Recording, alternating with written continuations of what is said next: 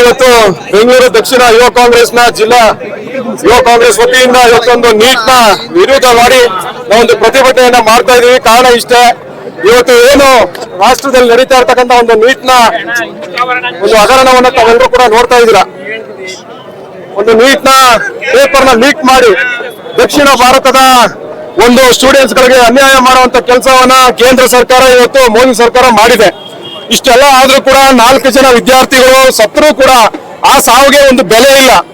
ನರೇಂದ್ರ ಮೋದಿ ಅವರು ಜನಕ್ಕೋಸ್ಕರ ಕೆಲಸ ಮಾಡ್ತಾ ಇದಾರೋ ಇಲ್ಲ ಫಾರಿನ್ ಟ್ರಿಪ್ ಮಾಡೋದಕ್ಕೋಸ್ಕರ ಪ್ರಧಾನಿ ಆಗಿದಾರೋ ಗೊತ್ತಿಲ್ಲ. ಇಷ್ಟೆಲ್ಲ ತೊಂದರೆ ಆಗಿದೆ. ಇಷ್ಟಂತ 30 ಲಕ್ಷ ಯುವಕರುಗಳಿಗೆ ಸ್ಟೂಡೆಂಟ್ಸ್ ಗಳಿಗೆ ಅನ್ಯಾಯ ಆಗಿದೆ. ಅವ್ರಿಗೆ ಒಂದು ಉತ್ತರ, ಒಂದು ಸಮಾಧಾನ ಮಾಡುವಂತ ಒಂದು ಪ್ರೆಸ್ ಮೀಟ್ ಮಾಡುವಂತ ಸೌಜನ್ಯನೂ ಕೂಡ ಒಬ್ಬ ಪ್ರಧಾನಿಗೆ ಇಲ್ಲ ಅಂತ ಹೇಳಿದ್ರೆ ಅವರು ಪ್ರಧಾನಿ ಆಗ್ಲಿಕ್ಕೆ ಒಬ್ಬ ನ್ಯಾಯಾಲಯಕ್ಕೂ.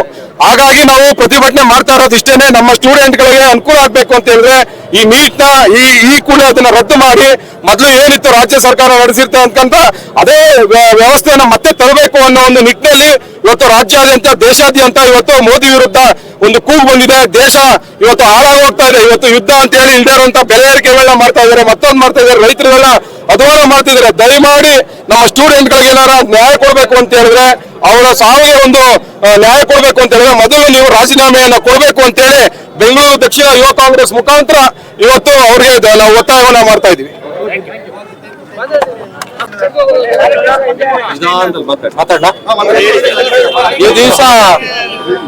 ಈ ದಿವಸ ಏನು ಬೆಂಗಳೂರು ದಕ್ಷಿಣ ಜಿಲ್ಲಾ ಯುವ ಕಾಂಗ್ರೆಸ್ ವತಿಯಿಂದ ಈ ನೀಟ್ ಪ್ರಶ್ನೆ ಪತ್ರಿಕೆ ಸೋರಿಕೆ ವಿರುದ್ಧ ನಾವು ಈ ಪ್ರತಿಭಟನೆಯನ್ನು ಹಮ್ಮಿಕೊಂಡಿದ್ದೀವಿ.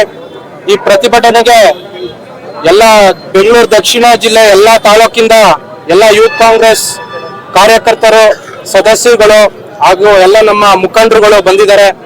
ನಾವು ಕೇಳ್ಕೊಳ್ಳೋದಿಷ್ಟೇ, ಕಳೆದ 10 ವರ್ಷದಲ್ಲಿ ಈ ನೀಟ್ ಪ್ರಶ್ನೆ ಪತ್ರಿಕೆ 5 ಬಾರಿ ಲೀಕ್ ಆಗಿದೆ.